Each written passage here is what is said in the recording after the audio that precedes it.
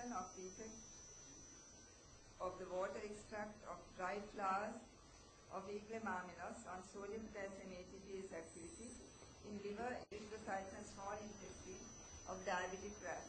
And the speaker is Mrs. KDKP Kumari. Kumari, sorry. Thank you, madam. Good evening to all of you. Sorry, let me introduce. She has obtained a BSc Special Degree in Human Biology from the Faculty of Medical Sciences, University of Erythrocytes. Her specialization is in microbiology, and she is currently reading for a PhD in biochemistry at the Faculty of Graduate Studies, University of Erythrocytes. Good evening. Today I am going to talk about the evaluation of the effect of the water extract of dried flowers of Aegle Marmelos on sodium potassium ATPase activity in liver, erythrocytes and small intestine of diabetic rats. As we all know, sodium potassium ATPase is a plasma membrane bound enzyme complex which maintain the electrochemical gradient of sodium and potassium ions between the two sides of plasma membrane. So it plays a fundamental role in cellular functions, in many cellular functions such as sodium-coupled transport of nutrients into cells, especially glucose, osmotic balance, cell volume regulation, and maintenance and restoration of resting membrane potentials in excitable cells. In literature, this says that sodium-potassium ATPase activity in plasma membrane is altered in many pathological conditions such as diabetes, cardiac diseases, hypertension, and many others. And the individuals and animals with diabetes have been reported to express changes in sodium-potassium ATPase activity in many tissues. And the impairment of sodium-potassium ATPase activity may play a role in the development of the complications of diabetes. So here we are going to talk about the plant Aegle Marmelos, and it is very commonly known as whale fruit tree or in Sinhalese belly. And it is a very valuable plant in traditional medicinal systems in Asian countries because almost all the parts of this tree are used for the treatment of various diseases. The commonly consumed beverage of this plant, the dried flowers of this plant, is Verimal drink. It is a very popular drink in Sri Lanka with refreshing, soothing and calming effects. Our research group has been done experiments on medicinal properties of this beverage, and we have found out there is a significant hypoglycemic and anti-inflammatory activity in this beverage. So, the objectives of the present study is the evaluation of the effect of the water extract of the dried flowers of Aegle Marmelos or Verimal drink on sodium-potassium ATPase activity in liver, erythrocytes, small intestines of diabetic rats. Ethical approval was taken from Ethics Review Committee of University of Sri Jayawardhanapura, and this study was done at the Department of Biochemistry, University of Sri Jayawardhanapura. When we are talking about animals, male Vista rats were purchased from MRI, and they were housed under standardized conditions at animal house. For the preparation of the extract, 25 grams of dried flowers were boiled in 500 ml water, and it was reduced to 50 ml. For the induction of diabetes, the intravenous administration of alloxan monohydrate was used, and fasting blood glucose levels were determined after 72 hours. The rats with serum glucose concentration more than 7 millimole per liter were selected for the experiment. After 1 week of diabetes induction, the followings were administered to the group.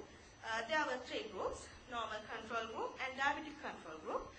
Control group received distilled water, while the diabetic test group received a single dose of the test extract. And after half an hour, each rat was euthanized and a blood sample was collected by a ventricular puncture, and the liver and small intestines were removed. Then from these samples we have prepared solutions, membrane solutions, which were enriched with sodium potassium ATPase activity. To prepare liver plasma membrane solution, the liver was immediately washed with ice cold saline and it was frozen in liquid nitrogen and stored at -80 until use. And this liver tissue was homogenized, and after a series of centrifugations and washings, we received a liver plasma membrane preparation which was enriched with sodium potassium ATPase activity. To prepare erythrocyte membrane solution, blood samples were collected in EDTA tubes and plasma was removed and stored at -80. Erythrocytes were separated from whole blood samples and they were hemolyzed.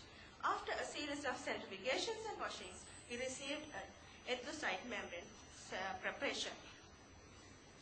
To prepare mucosal membrane solution of small intestines, small intestines are flushed with ice cold sodium chloride and cut along the antimesenteric border. The mucosae were scraped into ice cold sodium chloride and homogenized. And after a series of centrifugations and washing, we received a mucosal preparation of small intestines.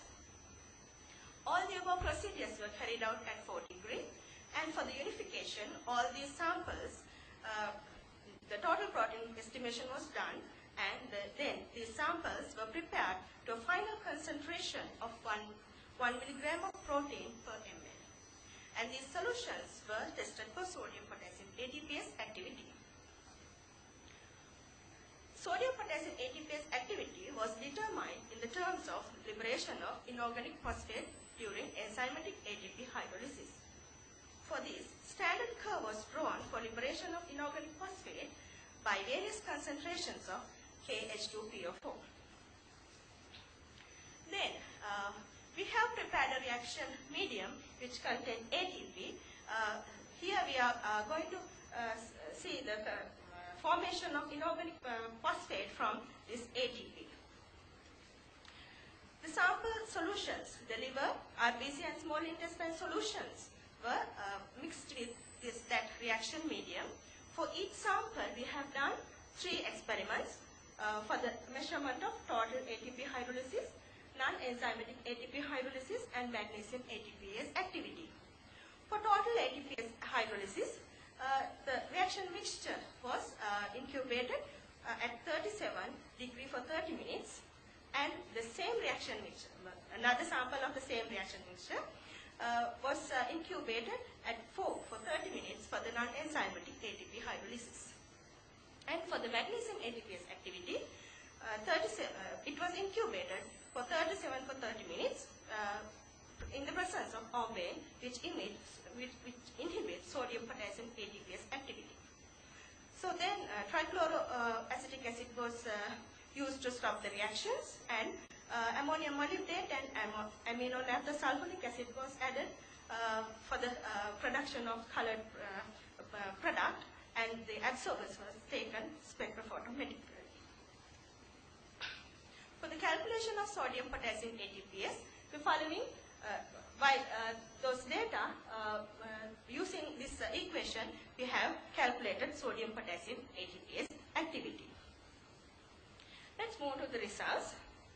When we are talking about the sodium potassium ATPase activity in the liver plasma membrane, we can see that in the compared to the normal control group, that in the control diabetic group, the untreated diabetic group, sodium potassium ATPase activity in the liver plasma membrane was reduced significantly, and in the treated diabetic rats, it was increased again significantly.